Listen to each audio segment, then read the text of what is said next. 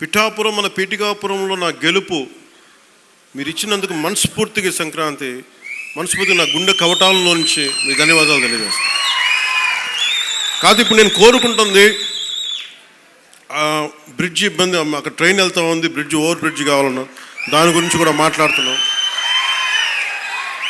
అలాగే ఉప్పాడ తీర ప్రాంత రక్షణ నేను మాటిచ్చాను మత్స్యకారు సోదరులకి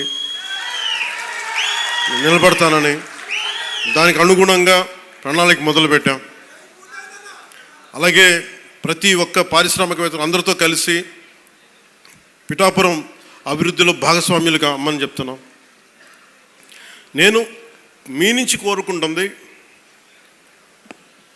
ఇది భారతదేశానికి చాలా కీలకమే. పీఠికాపురం శక్తిపీఠం, శ్రీపాద శ్రీవల్లభుడు వెలిసింది. ఇక్కడ వారి ఆధ్యాత్మికంగా వాళ్ళు ఎంచుకున్నారు. ఇది నేను నిజంగా చెప్పాలి, నేను రాజకీయాల్లోకి రావాలనుకోలే, సినిమాల్లోకి రావాలనుకోలే, పోటీ చేయాలనుకోలే.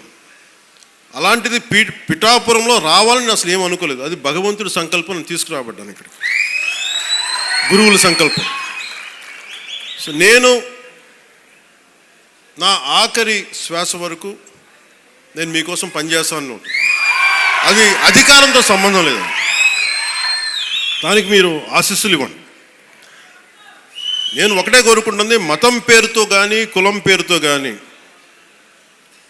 వర్గాల పేరు మీద కానీ గొడవలు తీసుకొచ్చే వాళ్ళని మటుకు మీరు వారికి మీరే బాధ్యతను తెలియచేయాలి.